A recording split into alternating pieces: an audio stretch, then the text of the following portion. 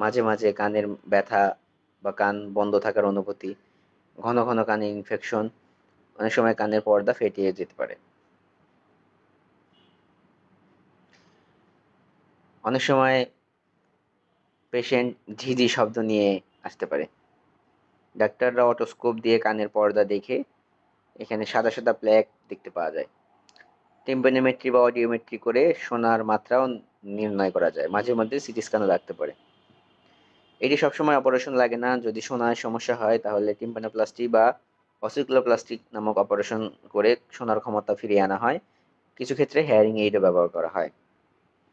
কানে ব্যথা বা কানে কম শোনা গেলে দেরি না করে দ্রুত একজন নাক কান গলা বিশেষজ্ঞ ডক্টরের পরামর্শ নিন।